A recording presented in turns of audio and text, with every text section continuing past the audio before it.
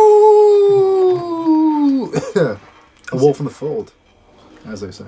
Welcome back to Beast Machines Monday.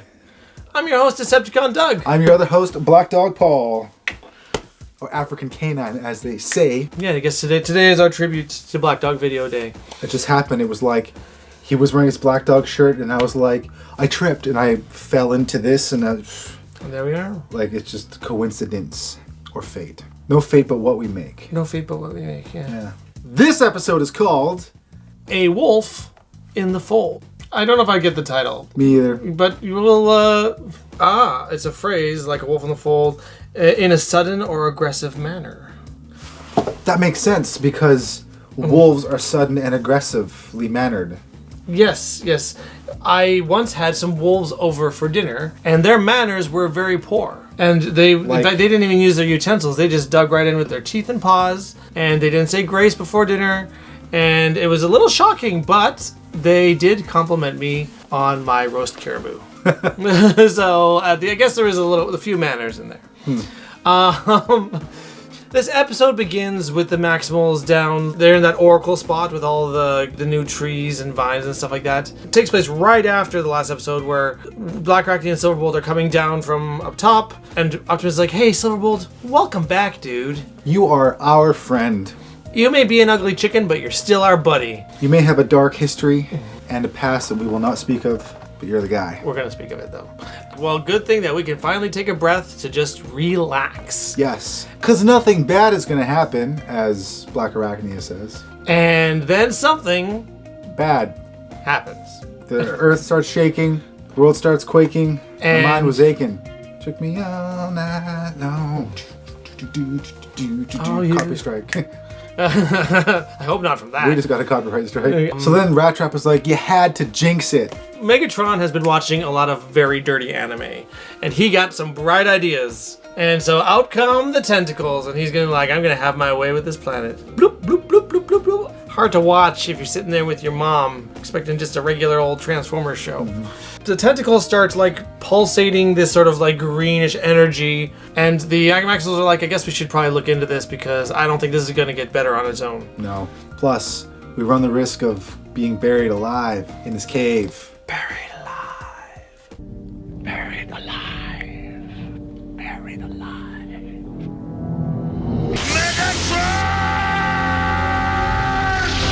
So the Maximals decide we're gonna run to the upstairs, and then they start running. This green light stuff that happens to be on the ground that nobody steps on except the one with the dark past, the corrupted heart. He is the devil in the details. Silverbolt hits the green thing. It triggered an implant to come out of his neck and activate. And you see his eyes glow all red. And he's like, "Argh."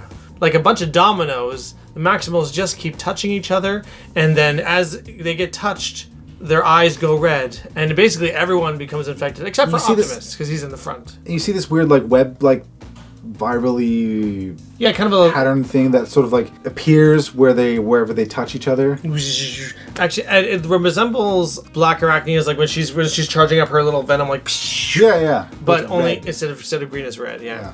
So it's there's some venom thing. And then Optimus is charge. And then all the Maximals are like, hey, you smell funny. He's like, yeah, well, you look funny. Hey, your mama stinks. And he's like, hey, your mama looks funny. He's like, how dare you talk that shit about my mama? And they start yelling at each other. And then Optimus is like, well, screw you guys if you can't be normal. I'm going to fly and attack this giant head myself. Or more accurately, he says, screw you guys, I'm going home.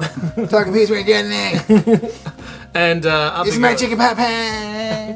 Which is a totally not Optimus thing to do. Screw you guys, I'm going home. It is true that he wasn't infected, and he was a little bit you deal with this, I'm gonna go. That was the most I'm gonna turn this car around and go home. It really was. I've ever seen. And then the Viet Cons show up, and they're like, I'm gonna shoot you. And then they start fighting with the Viacons. Then Optimus sees that the Viacons have attacked, and he's like, oh, okay, I guess I better go He's deal like, with this. oh no, they're in mortal danger. The Viacons are the most lethal force on the planet. They've got a KDR of like 100%, so I need to get down there right now. And so he flies down to save the day. Because without Optimus there, they are done for. We're talking about all the Maximals at the same time, standing shoulder to shoulder against like 6 motorbikes. It basically be like a firing squad, like just taking them Fishing right a on. barrel.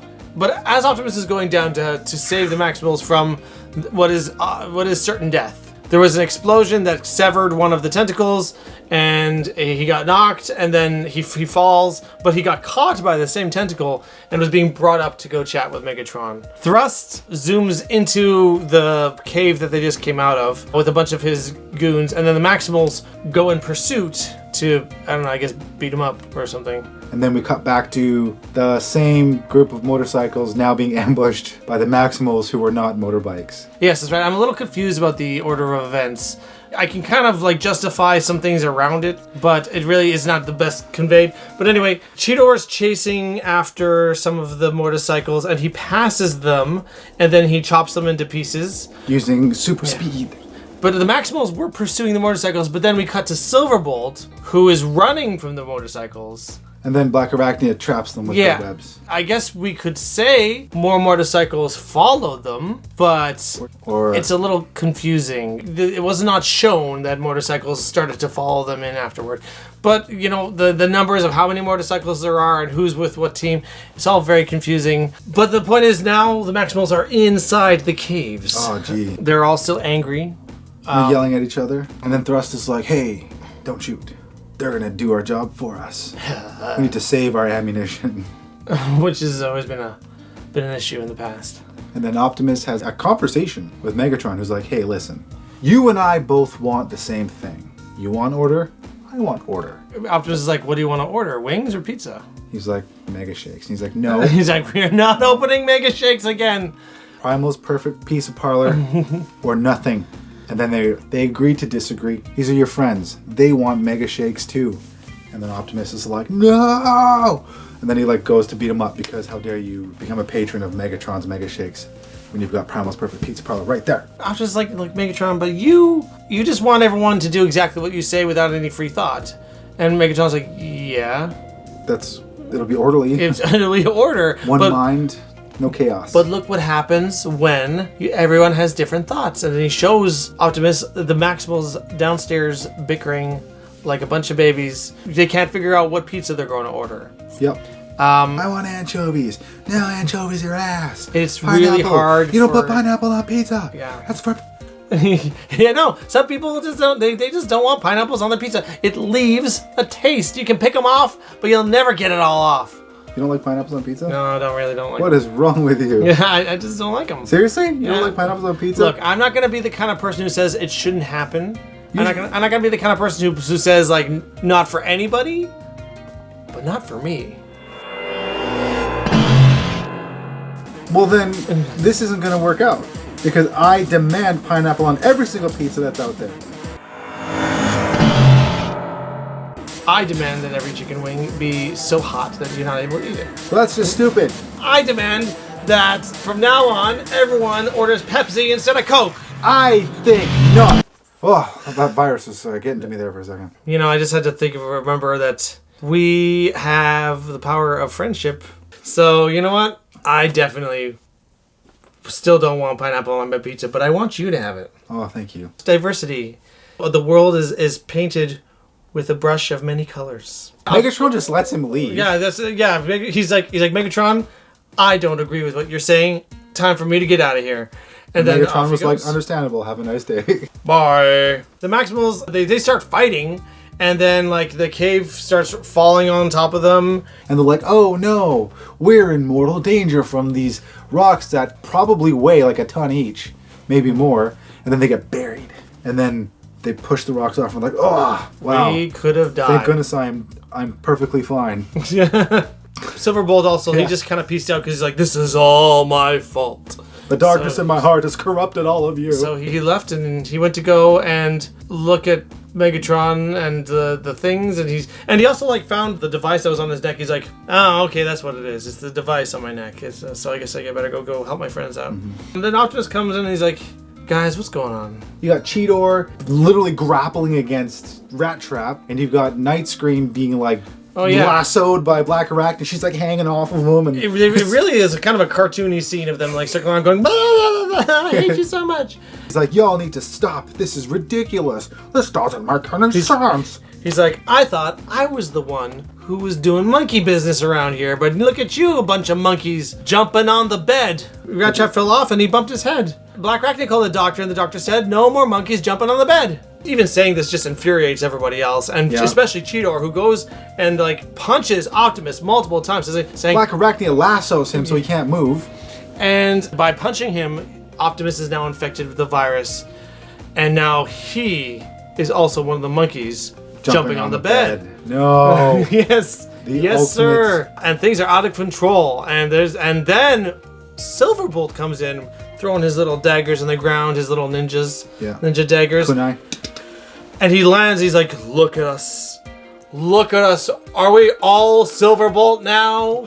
Doing evil? And he's like, we are being infected by a virus. Don't you feel it? Don't you see the red glowing eyes? And they're like, that weren't there before? He's like, I guess we didn't notice that part. Oh, okay, yeah. It's like, we should stop this. And they're like, who died and made you Optimus Primal? And Optimus Primal's like, hey, just a second ago you told me I wasn't your mom. And they're like, you're not my mother. And then they start jumping on the bed again, and this time they jumped on the bed and it pushed Silverbolt off of it and down a chasm. Then Black Arachne webs him up. She webs him up, and then she gets pulled. Yes, that's right. She gets pulled because she doesn't have feet. Yeah. And really, the feet would have really come in handy at that point in time. She probably would have stayed up if she had feet. But if she had any say in what her design looked like, she probably wouldn't have chose that in the first place. Here's the thing. Yeah. He can fly. But I guess he's just stunned enough. He's a little bit like, oh. He's like, oh no. That's what happens when you fall off the bed and bump your head. Basically, a line of everyone trying to save each other. And then Optimus finally, he see his eyes de-redify and he goes back to normal. And he's like, I know what we gotta do. He's like, we're just gonna chill. He's gonna. And he meditates on it. He takes the edge off. So then he grabs everyone, and he flies them up, with them all holding on and helping each other. Their eyes de-redify as they're holding on and helping each other out. And through the value of love and friendship, their virus is cured. Yep. He takes them up all the way to the surface, puts them down, and goes like, whew, let's not do that again. Megatron's like, well, I guess my plan didn't work, so he sucks his tentacles back up, and he's like, ha ha ha ha ha, or something like that. So, that's the end. Pretty cool. What'd you think? I don't know. I'm kind of on board right now. I kind of felt a little more on board with this episode as well. And I think when I was kind of thinking about why, it was because this is the first time in this season where there was a premise to the episode and they just kind of told the story of that episode. Yeah. Yeah. It didn't revolve around a new character and contriving relationships out of thin air. Like, no, Noble. Right? Yeah. None of that nonsense. Megatron was up to his antics as a giant floating head, as you normally do. Yeah. Tried something on the maximals and it just didn't work this time. And it was in a way that was kind of true to the character in that, I feel like his options are limited right now. He's like, well, okay, let's see, what do I got at my disposal? I got these giant tentacles. I have that sleeper thing that I left in Silverbolt. Which, the whole sleeper thing, implanting, does make a bit of sense. It's so in character for Megatron to be a couple steps ahead. He's using what he has at his disposal. He's trying something, and in this case, he frames it as the pulsating, the green waves were to get Optimus' attention. Obviously, it wasn't just that. It was to activate the virus. But he did actually want to have a legitimate discussion with Optimus. He didn't try to attack or restrain Optimus in any way. He was, again, he's like, I don't really have the manpower, really, to defeat the Maximals right now. Let's see if I can negotiate with Optimus, because I think that we have enough in common that, maybe he'll just take my side. It's funny because this isn't the first time that Megatron has parlayed with Optimus in some way, or at least had a discussion. Well, the most famous example is when he sends that hologram thing and they're Optimus Primal, and he's like, let's discuss a truce. When Predacons talk truce, usually it means that they're gonna just reload their weapons. What I'm trying to say is I like that they're fighting, right, and they're bickering, But then when it comes time to, they can have a conversation and not just punch each other or blast each other. So it's like, look, we need to talk. This is what I want. This is what you want. There's a common ground there. And it's interesting that Megatron makes the offer to try to extend his version of an olive branch. I like that. When two opposing factions can sit down across the table and just talk, it's kind of interesting what can come out of it. And I like that too. It was interesting using the Rage Virus because there was just like with a lot of Season 1, they are pulling another idea out of classic Transformers. The Rage Virus in, what was it called? The Return of Optimus Prime, I think. There was a virus that basically overtook all of Cybertron and everywhere, and everyone was angry. Optimus Prime was brought back from the dead because Rodimus had the Rage Virus and was no longer able to lead. And thus, he became the leader again and used the power of the Matrix to vanquish the virus. So he had the touch. He had the touch and the power. There you go. Yeah. This is it's a muted down version of the same virus. More like a pastel colored version of the virus. But I kind of like it because in this one, the characters, once they're kind of out of those moments of butting heads, often they were able to kind of like rationalize. You're never confused by the experience. They're like, why am I behaving this way? These are my friends. Like, right? Yeah, I get it. Night Scream's annoying and Ratchet smells bad, but why am I behaving this way? Something's wrong. But something would always like trigger them so that they acted again, and they couldn't get their ducks in a row together to figure out what was going on. There's always somebody who is still being triggered, which would then trigger everyone else. Which is funny because like it kind of, I think, my own personal opinion is they did it better in Beast Wars. In which Beast Wars? Thunk, thunk, thunk. Ah, oh, yeah. Monkey business. Oh, totally. It is a similar thing to guerrilla warfare. Yeah. Slash monkey business. Slash monkeys on the bed. Yeah. Yeah, it is true. Yeah, I almost forgot. Is that although that was supposed to make him into a coward, but Scorponok is notoriously incompetent. But that's true. Is that it actually works very much the same way? Is that when Optimus was able to get grounded, so just have a moment to go like, okay, I think I can control this thing, until something set him off. Like a siren going off, and he just starts blasting everything. But that opens a bit of a door. Okay. That I wish that they like a window, a portal to a new dimension. It's one far greater, more wondrous than our own. Exactly. It's Narnia. It would have been a stronger choice if they actually referenced guerrilla warfare. When Optimus was enraged, if he could be like, oh, I felt this before or something like that, and actually had used his experience dealing with that rage virus to walk the others through this rage virus. That might have been an interesting idea. Because one thing that was a little bit weak to me was the resolution. We've got a dramatic reenactment, okay? I'm angry! Are you angry? Yeah! Ah, we're friends. Yeah. Whew, I feel better now. Whew. Like, come on. Basically, I get it, power of love and friendship, blah, blah, blah. They didn't say it, but that's kind of what it was. It was very Mighty Ducks. Yeah. Ducks fly together. So the resolution was a little weak. I mean, if they even could have just dropped in a line of like, I think we've got a handle on this until, Rattrap can come up with rectifier coil. Oh, yes, just some kind of solution, like. But it just seemed like they were suddenly inspired to get over the virus, and then they did. Which is weird because they were already aware that they were being affected by it. They were already, like you stated a minute ago, they were already aware that this is weird. Why am I being triggered like this? And then something would set them off again. But Optimus saves them, and they're like, oh, friendship. But I suppose it was they saved a colleague from certain death, right? And that feeling of, I'm angry, but I still want to save you. But my favorite part of this episode was Night Scream, even though his eyes were red, and he was the most, edgy of them all. Yeah. He still jumped off and threw himself over the edge of the cliff to try to save them, which was kind of cool. So I think it started with him. Any other things you liked? I kind of liked how, maybe this is a little meta for the time, but how Thrust was just like, nah, don't bother, to his dude. Oh, yeah. Yeah, he's like, yeah, they're going to do the work, and I feel like we'll just get in the way of ourselves. Yeah.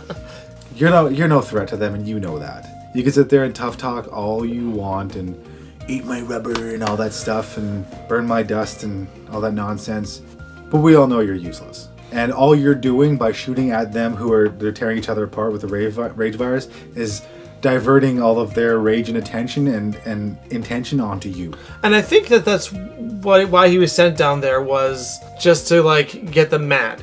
Like Megatron said to them, he's like, get them mad and then see what happens. What didn't you like? Oh yeah. So things I didn't like. I mean, we did talk a little bit about the resolution being a little bit unfulfilling. Things were confusing and not very clearly stated in what was going on during that chase that got them in there. So like the narrative is a little messy there. You know, for the most part, Silverbolt's mopiness isn't. It's not at its worst. So and it kind of fits with the story and where he's at. So I guess I don't have to. Well, he kind of like leaves. Yeah. And then like right away turns around and is like, oh, I figured it out. We are friends after all. It's like you didn't really earn that. No, I know the resolution. Yeah, you know, that's a good point. Is that I don't know why he just kind of knew the thing was back there all of a sudden, and he took it and was like, "Oh, there's this thing." And then he sees the pulsing, and he's like, "Oh, yeah, I know what this is. Tentacles green. This thing, my friends." So I don't exactly know how that connection was made. I think they just kind of needed to get things moving forward. Apart from that, there's just some of the usual complaints about, you know, how characters react when the Viacons are around. They're like, oh my gosh, we're gonna fight.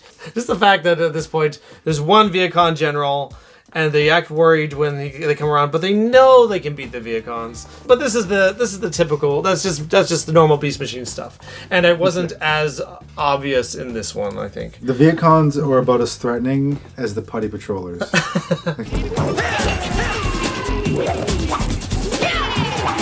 At least in this one, we can rationalize it and say, like, they weren't there to defeat the Maximals. They were there to trigger the Maximals into defeating each other. So in this case, it actually makes more sense than usual. I think it was just a much stronger effort in general. I think it's definitely the best one so far of this season. I think Megatron's intentions were very streamlined and clear in this episode. I'm going to sow chaos so I can try to plant a seed of doubt in Optimus's mind. In the last thing that Optimus says is something to the effect of like, perhaps Megatron was right. Yeah, you know, that all the Rage Virus did was capitalize on some of the grievances we're already having with each other. Yeah, and he's like looking out at the city, and it's just like it's all calm except for where they are, right? And there's and like they're chaotic, and you know, Megatron. I think in this case, I think he kind of won this one. Yeah, because like all you need to do is plant the seed of the future. He's like, oh yeah, There was this funny line of, "Forget the seeds of the future. I'm gonna bury you in the past." We're like, just yes. What I liked about it was just Beast Machines is a much more serious toned show than Beast Wars, but it showed that they can still poke at themselves, and the fact that line has become very overused. And now they're willing to be cheeky and fun with it, and you and I've used it a couple of times. Yeah, just a few. So yes, that moment was really nice. I liked it. Yeah. Yeah. Anything else? Anything you did not? No, I was actually pleasantly surprised with this one. Cool. So after much deliberation, actually not really a whole lot of deliberation at all. We are going to give this episode a wolf in the fold. Take it away, Doug. So we're going to give it a 3.5 out of 5. Viral implants. Spider bot things. Yeah, I don't know. Just this episode, we felt it stepped up, and you know, it never hurts just to tell a story from start to finish. You know, even with the ending being a little bit contrived, you know, there's enough good stuff in here. Like, it worked for us. So, yay! See, we're fair. We don't just hate Beast Machines. I'm not a hater. So let us know what you thought of the episode in the comments down below. Are you infected by a rage virus? We want to hear all about it. And thank you so much for watching Beast Machines Monday. Tell your mom.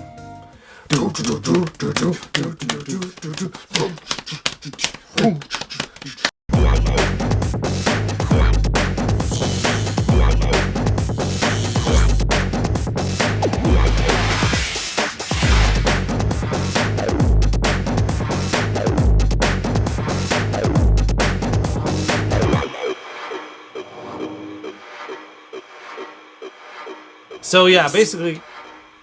Doug. What's up? Well.